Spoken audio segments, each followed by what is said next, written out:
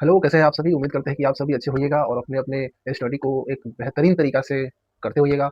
मैं कुणाल सर, जैसा कि आप सभी को पता है कि हम लोग इस चैनल के माध्यम से रोज़ हिंदी व्याकरण के टॉपिक्स को बहुत ही अच्छे तरीक़ा से, बहुत ही यूनिक तरीक़ा से कवर करते आ रहे हैं। तो welcome to my YouTube channel Hindi learning point. जैसा कि हम लोग इस चैनल के माध्यम से शब्द विचार के ऊपर चर्चा कर रहे थे।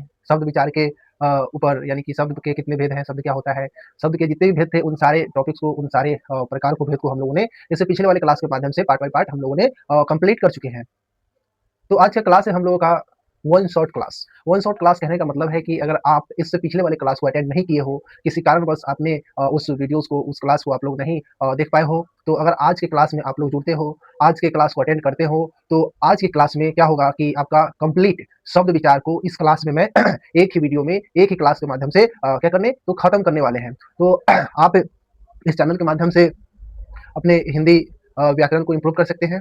अगर आप चैनल पे नए आए हो तो सब्सक्राइब कीजिए और आप क्लास को पूरा ज़रूर देखिए और क्लास अगर आपको अच्छा लगता हो, समझ में आता हो, तो एक कमेंट ज़रूर कीजिएगा और क्लास को लाइक कीजिएगा, वीडियो को लाइक कीजिएगा।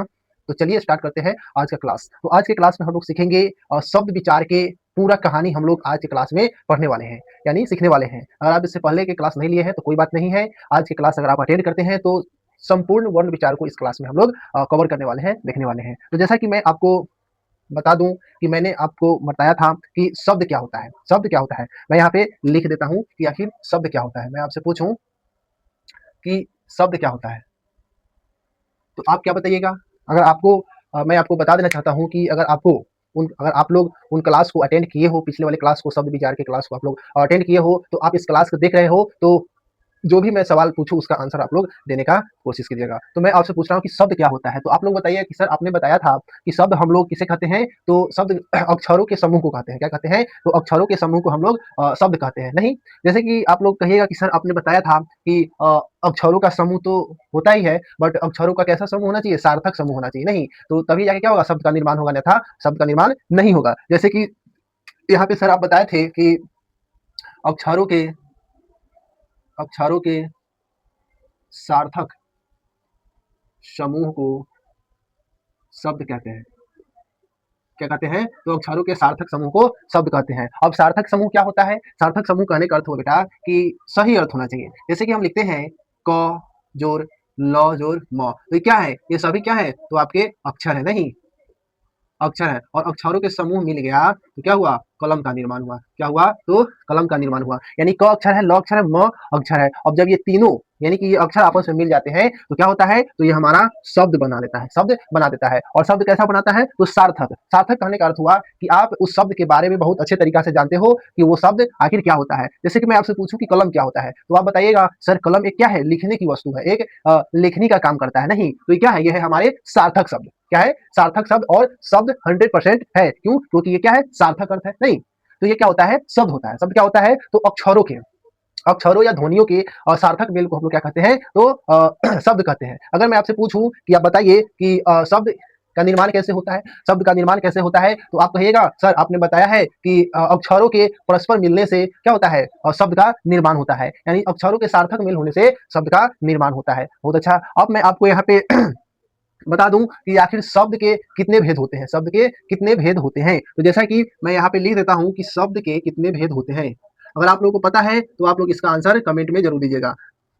मैं आपसे पूछूं कि शब्द के कितने भेद होते हैं, तो आप लोग कहिएगा सर आपने बताया था शब्द के मुख्यतः 4 भेद होते हैं। कितने भेद होते हैं? तो शब्द के मुख्यतः 4 भेद होते हैं। तो कौन कौन से होते हैं? तो पहला होता है अर्थ के आधार पर,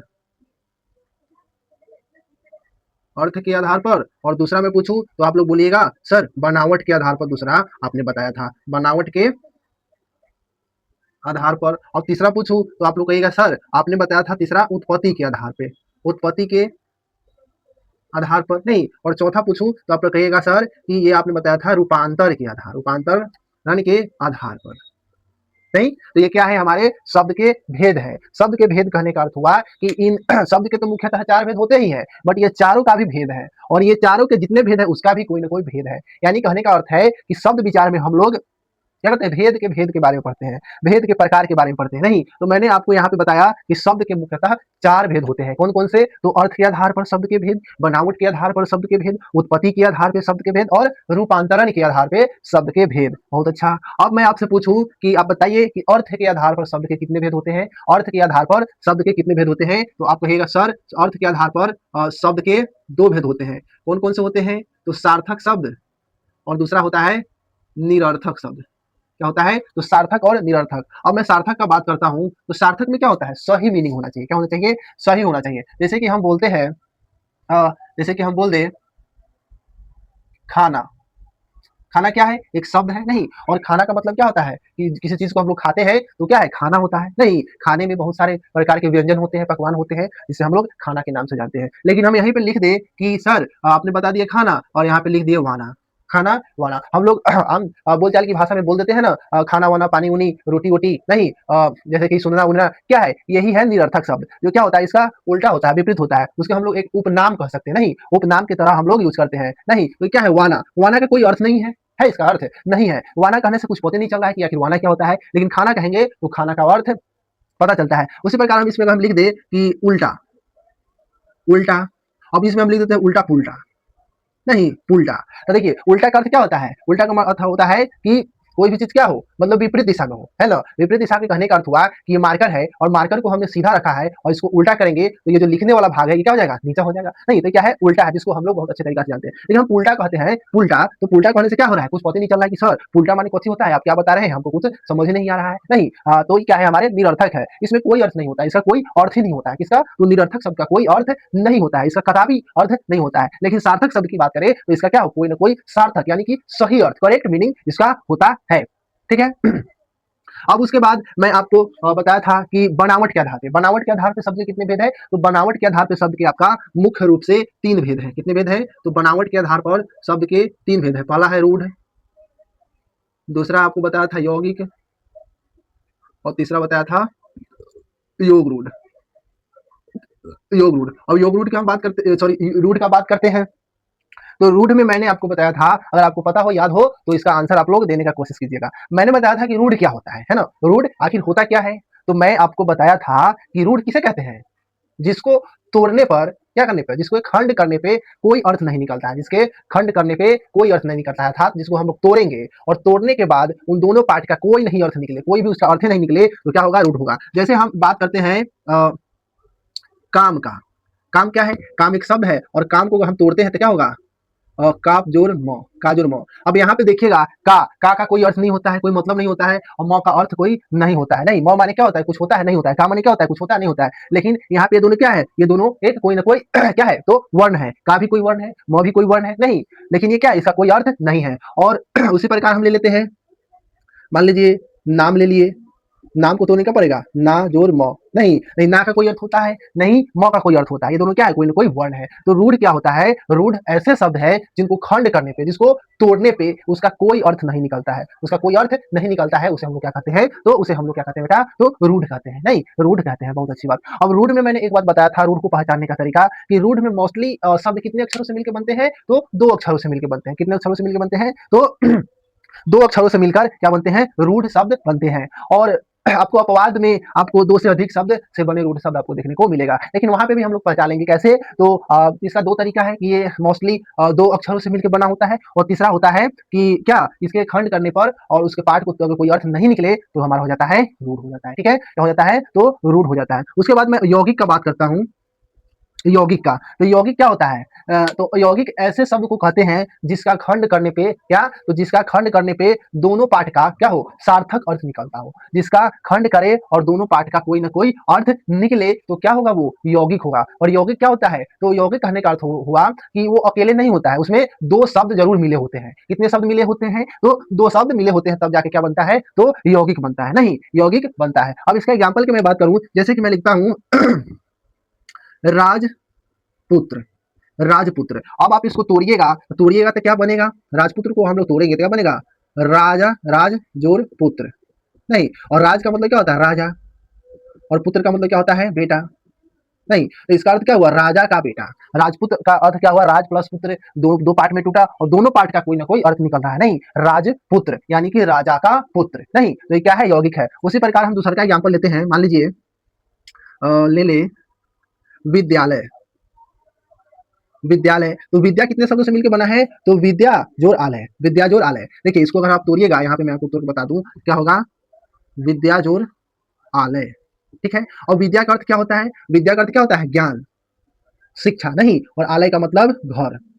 आलय का मतलब घर। तो विद्यालय का अर्थ होता है जहाँ पे हम लोग क्या करते हैं? तो शिक्षा को ग्रहण करते हैं। नहीं, जहाँ पे हम लोग ज्ञान अर्जित करते हैं उसे हम लोग क्या कहते हैं? तो विद्यालय कहते हैं। नहीं, तो इसमें हम लोगों ने क्या देखा कि यौगिक सर किसको कहेंगे? तो आप कहिएगा सर आपने बताया कि यौगिक क्या होता है? तो दो शब्दों से मिलकर बना होता है, और जब उन शब्द को हम अगर हम तोड़ते हैं, खंड करते हैं, अलग अलग करते हैं, तो दोनों पार्ट का क्या होता है? कोई ना कोई एक सार्थक अर्थ जरूर निकलता है। तब वो क्या होता है हमारा? तो हमारा होता है यौगिक होता है। ठीक है, क्या होता है? यौगिक होता है। अब हम लोग बात कर लेते हैं योग रूट के ऊपर। योग रूट के ऊपर यहाँ पे स्पेस नहीं है, इसलिए हमने यहाँ पे हिंट देके आपको यहाँ पे समझाने का कोशिश कर रहा हूँ। योग रूट में क्या होता है कि योग रूट उन शब्दों को कहते हैं जो अपना वास्तविक नाम भुला के क्या करता है? कोई अन्य अर्थ को पकड़ लेता है। जैसे कि हम बोलेंगे कोई नाम और उस पकड़ लेगा किसी और, मतलब विशेष अर्थ को अपना ग्रहण कर लेता है। ठीक है ना? विशेष अर्थ ग्रहण करने का मतलब हुआ कि जैसे मैं यहाँ पे लिखता हूँ, जैसे कि लिख दिए यहाँ पे, क्या लिख दे?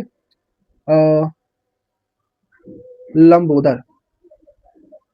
लंबोदर, हम यहाँ पे लिखे लंबोदर, बोल रहे हैं लंबोदर, लेकिन लंबोदर से किसका अर्थ प्रकट हो रहा है? तो गणेश जी का। किसका? तो गणेश जी का। नहीं, तो क्या ये है? इसका साधारण रूप है, और साधारण रूप को बोले लेकिन ये कहाँ चला गया? ये है विशेष रूप, यानी इसका विशेष अर्थ है। यानी गणेश जी को हम लोग लंबोदर कहते हैं। लंबोदर का अर्थ होता है, इसका जब हम क्या करेंगे? विच्छेद करेंगे, तोड़ेंगे, तो क्या होगा? लंब जोर उदर। लंब जोर उदर, और लंब का मतलब होता है लंबा, बड़ा, और उदर का मतलब होता है पेट। क्या होता है? तो पेट। तो लंबे पेट वाले को हम लोग क्या कहते हैं? तो गणेश जी के नाम से हम लोग जानते हैं। नहीं, क्या? गणेश जी के नाम से हम लोग जानते हैं। उसी प्रकार अगर हम लोग कहते हैं पंकज। पंकज, तो पंकज का अर्थ होता है क्या? कमल। पंकज का अर्थ होता है कमल, यानी कि पंकज का अर्थ होता है जिसका जन्म कहाँ हो? तो कीचड़ में हुआ हो। जिसका जन्म कहाँ हो? तो कीचड़ में हुआ हो, अर्थात कमल। कमल क्या है? एक पुष्प है, फूल है, जिसका क्या होता है? जन्म कहाँ होता है? तो कीचड़ में होता है, वो कीचड़ में ही खिलता है। नहीं, तो ये क्या था? हमारा योगरूट था। उसी प्रकार मैं यहाँ पे लिख दू वीणा पानी।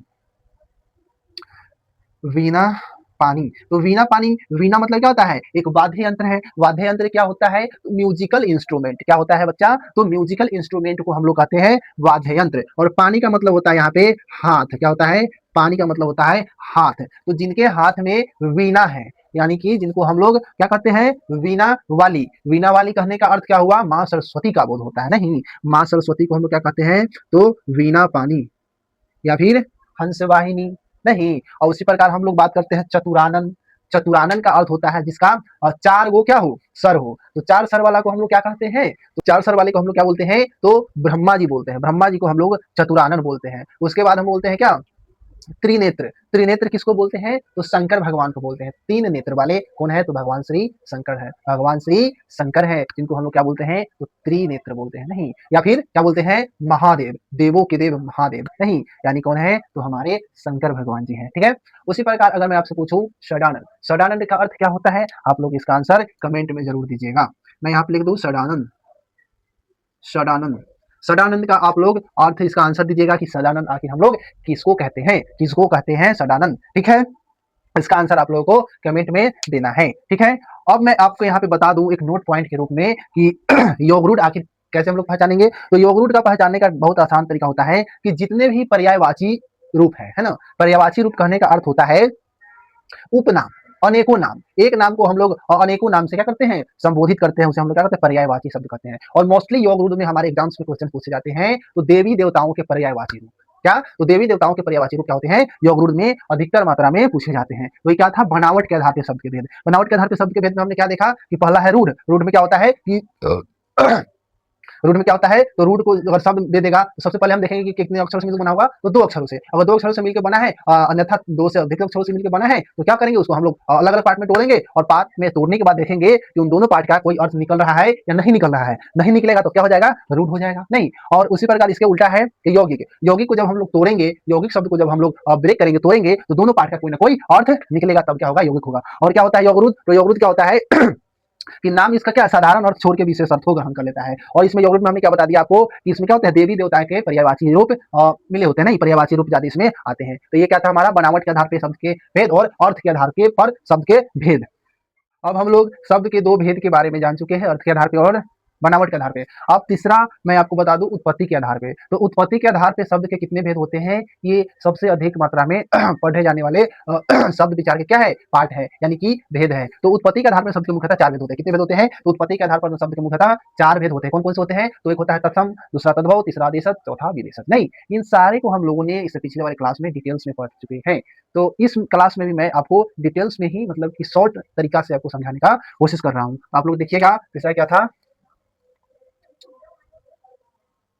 उत्पत्ति के आधार पर शब्द के भेद तो कितने होते हैं, 4। कितने होते हैं, 4।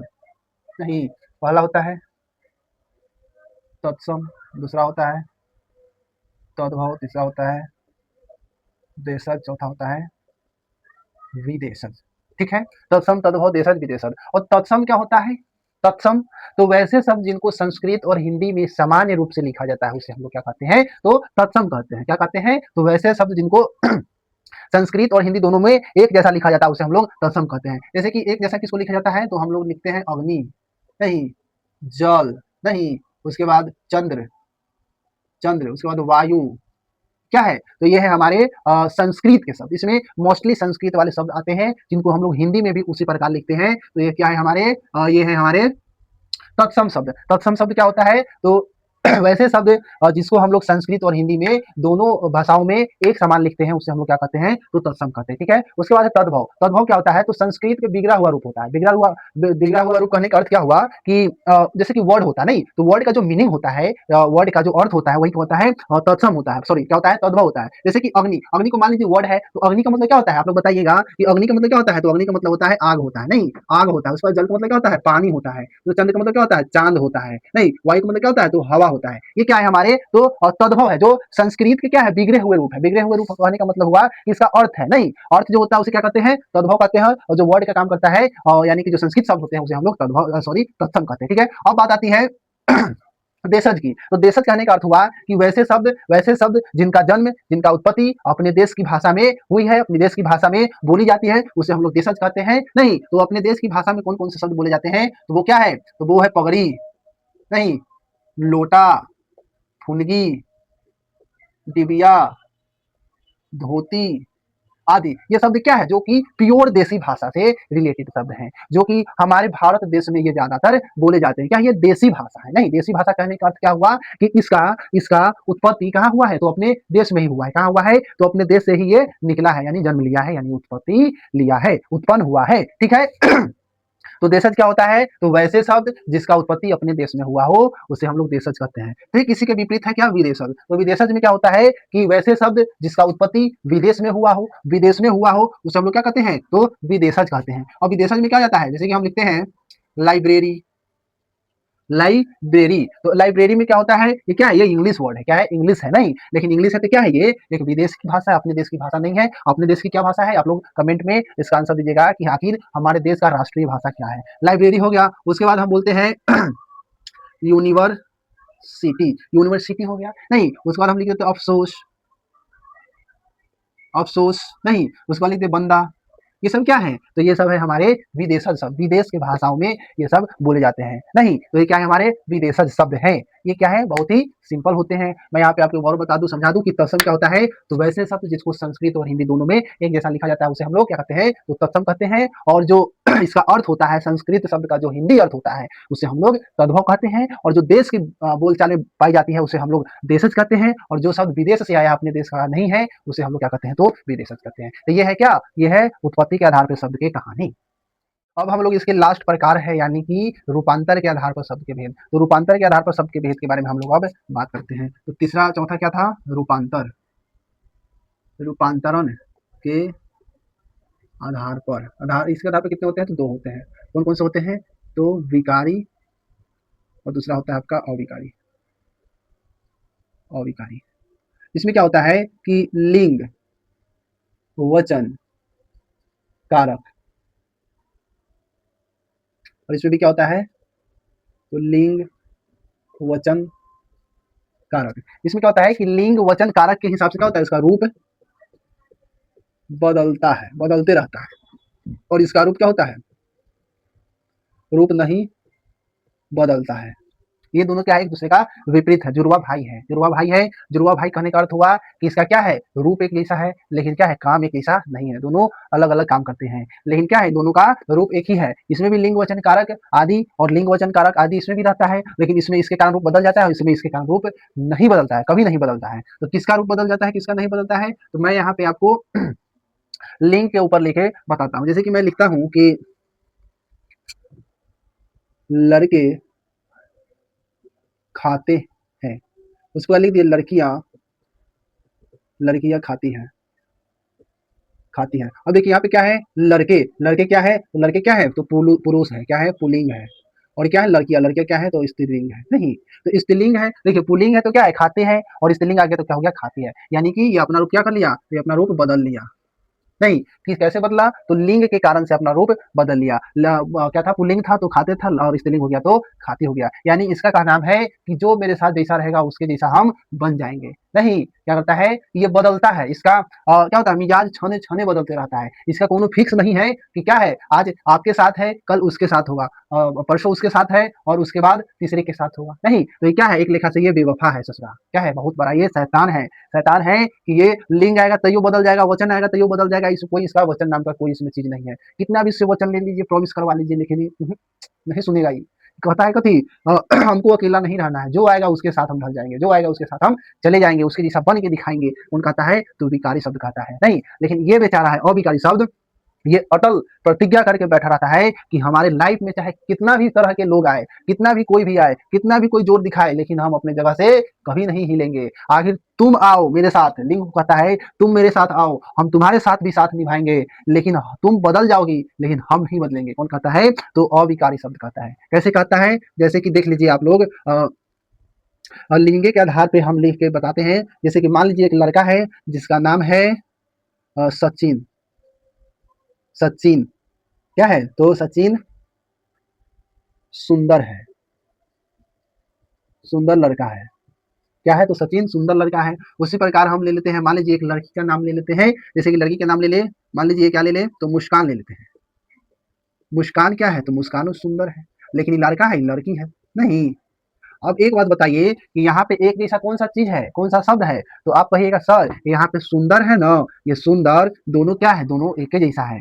तो यही क्या है? अविकारी शब्द है। यानी कि ये इसके साथ, ये लड़का के भी साथ क्या है? वफादार है। और ये लड़की आई फिर भी लड़की के साथ क्या है? वफादारी निभा रहा है। यानी कि अपने पोजीशन से ये नहीं हट रहा है। नहीं, तो ये क्या है हमारे? यही है अविकारी शब्द, जिनका रूप कभी नहीं बदलता है, कतई नहीं इसका रूप बदलता है। नहीं, अब मैं आपको बता दूं कि विकारी शब्द के भेद होते हैं। विकारी शब्द के भेद होते हैं कौन कौन से? तो संज्ञा, चार इनके भेद होते हैं, और चार इनके होते हैं। संज्ञा, सर्वनाम,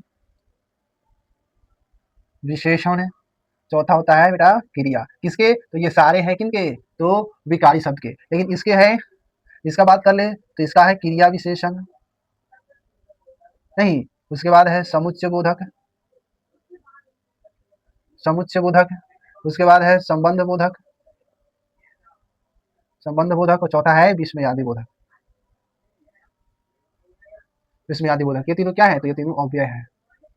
क्या है? अव्यय है। तो चार इनके पुत्र हैं और चार इनके पुत्र हैं। आखिर दोनों क्या है? दोनों भाई है, जुड़वा भाई है। जुड़वा भाई है तो कम बेस कैसे हो सकता है? इसके पास भी चार पुत्र और इसके पास भी चार पुत्र। लेकिन ये क्या है? ये बहुत सही इंसान नहीं है। क्या है ये? क्या है? तो ये क्या है? एक प्रकार के फ्रॉड है। फ्रॉड कहने का मतलब ये वफादार नहीं है, बेवफा है। लेकिन ये है, ये बेचारा क्या है? हमेशा वफादारी दिखाता है, हमेशा किसी को धोखा नहीं देता है। नहीं, तो ये हमारे विकारी शब्द और अविकारी शब्द। तो उम्मीद करते हैं कि आज का क्लास आप लोगों को बहुत अच्छा तरीका से समझ में आया होगा, और आपको इन सारे टॉपिक्स को डिटेल्स में पढ़ना है, तो आप मेरे चैनल के माध्यम से इन सारे पिछले वाले क्लास को आप लोग अटेंड कीजिए, देखिए, समझिए, नोट कीजिए और इसमें हमने आपको बताया शॉर्ट में, यानी कि शॉर्ट कहने का अर्थ हुआ कि मैंने आपको छोटे रूप में यानी कि संक्षिप्त में मैंने आपको सारे टॉपिक्स को बताने का कोशिश किया हूँ। बाकी इन सारे टॉपिक्स को हम लोग डिटेल्स में इससे पिछले वाले क्लास में हम लोगों ने बहुत ही अच्छे तरीका से समझे हैं, पढ़े हैं। तो उम्मीद करते हैं कि आप लोगों को ये क्लास बहुत अच्छा लगा होगा। अगर अच्छा लगा हो तो एक प्यारा सा कमेंट कीजिएगा और चैनल पे नए आए हैं तो चैनल को सब्सक्राइब कीजिए और क्या कीजिए, एक लाइक कीजिए और अपने दोस्तों के साथ-साथ इस चैनल को भी शेयर कीजिए, अपने दोस्तों के साथ शेयर कीजिए और रोज इस चैनल के माध्यम से आप लोग अपने हिंदी सब्जेक्ट को इम्प्रूव कीजिए। चाहे आप क्लास 6 से लेकर 12th तक के छात्र हैं या फिर आप किसी भी कॉम्पिटिटिव एग्जाम्स की तैयारी कर रहे हैं, प्रतियोगिता परीक्षाएं की तैयारी कर रहे हैं, तो आप इस चैनल को ज्वाइन कर सकते हैं और अपने हिंदी सब्जेक्ट में, क्योंकि हिंदी हमारा क्या एक लैंग्वेज सब्जेक्ट है, हमारे देश का नेशनल लैंग्वेज है, नहीं तो इसको सीखना समझना क्या है बहुत ही इंपॉर्टेंट है और इसको हम लोग अच्छे तरीका से नहीं सीख पाते हैं, जिसके कारण से हमारे एग्जाम्स में क्वेश्चंस क्या हो जाते हैं तो रॉन्ग हो जाते हैं। लेकिन अगर आप इस चैनल के माध्यम से जुड़ते हैं तो आपको मैं इस चैनल के माध्यम से कंप्लीट हिंदी व्याकरण की तैयारी करके दूंगा, वो भी एक नए नए अंदाज में, नए नए ट्रिक्स के साथ। तो इंटरेस्टिंग क्लास के साथ हम लोग सारे हिंदी के टॉपिक्स को हम लोग कवर करेंगे और अगर आप लोग का रिस्पॉन्स अच्छा रहा, आप लोग का सपोर्ट अच्छा रहा, प्यार अच्छा रहा, तो मैं इस चैनल पे आप लोगों के लिए संस्कृत का क्लास भी स्टार्ट कर दूंगा। तो जैसा कि आप लोगों को मैंने हिंदी में भी सिखाता हूँ, ठीक उसी प्रकार से संस्कृत में भी हम आपको सिखाने का कोशिश करेंगे कि संस्कृत हम लोग कैसे बोलते हैं, कैसे संस्कृत में अनुवाद बनाते हैं। नहीं तो अगर आप संस्कृत को भी सीखना चाहते हैं तो आप ज़्यादा से ज़्यादा इस चैनल को सपोर्ट कीजिए, प्यार दीजिए और अपने स्टडी को बरकरार रखिए। तब तक के लिए bye bye, take care, good night, मिलते हैं फिर नेक्स्ट क्लास में। धन्यवाद।